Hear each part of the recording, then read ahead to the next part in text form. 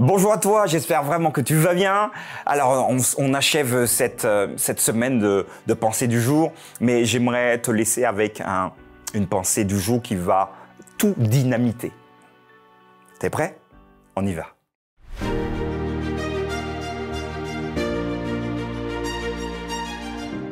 La pensée du jour se trouve dans 2 Corinthiens, chapitre 5, verset 7. « Car nous marchons par la foi et non par la vue. » Alors, je te disais il y a quelques instants que cette pensée du jour va tout dynamiter. Alors, je te propose de faire un petit exercice ce soir, si tu regardes cette vidéo ce matin, ou maintenant, si tu la regardes ce soir. Éteins tout à la maison. Ferme les volets, mets-toi dans la nuit la plus complète, dans le noir le plus complet. Et essaie de te déplacer chez toi.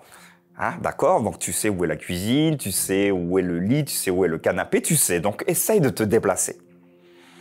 Pourquoi arrives-tu plus ou moins à trouver les pièces? Forcément parce que c'est ton domicile, tu connais, tu as les points de repère, tu sais à peu près où est la table.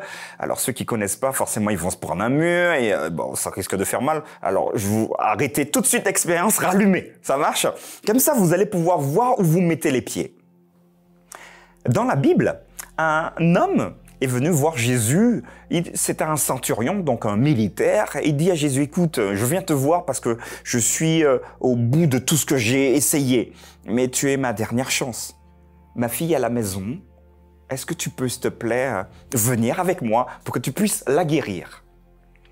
Une discussion se met en place, et Jésus va lui dire maintenant, écoute, rentre chez toi, c'est bon, ta fille est guérie. Alors je me suis dit, tiens, quelle certitude ai-je que ma fille soit guérie? Le téléphone portable n'existait pas, mais si j'avais mon téléphone, j'aurais envoyé discrètement un petit SMS à mon épouse ou à un voisin. Est-ce que tu peux vérifier que, voilà, il m'a dit ça, mais je veux être sûr. Mais ce centurion va se retourner. Il partira, il rentre chez lui, il était certain que son enfant était guéri, et c'était le cas. Comment vois-tu aujourd'hui la vie?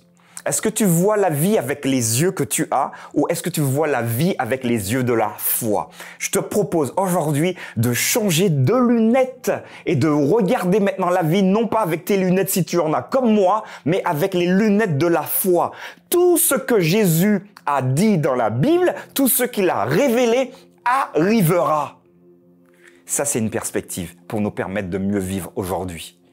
Alors oui, je viens bientôt et je viens avec ma rétribution pour donner à chacun selon ce qu'est leur œuvre. Si tu restes dans cette dynamique, et c'est ce que j'aimerais que tu fasses, rester dans cette dynamique à ne jamais lâcher la main de Dieu, il te promet que tu seras partout où lui-même il sera. Voilà une promesse que Dieu te fait. Est-ce que tu veux te dire, comme ce centurion, ok, maintenant je peux être tranquille. Je regarde plus ma vie avec mes lunettes, mais je regarde ma vie avec les lunettes de la foi, les promesses que Dieu m'a faites.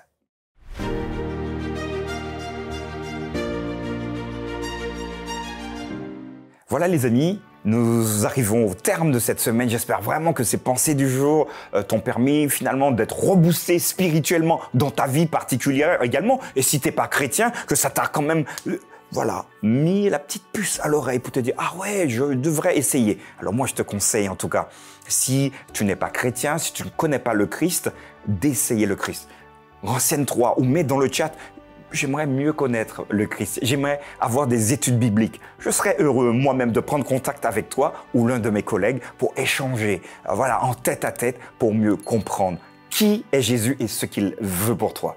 À tous, je vous donne rendez-vous à la semaine prochaine. Donc à demain pour une nouvelle pensée du jour.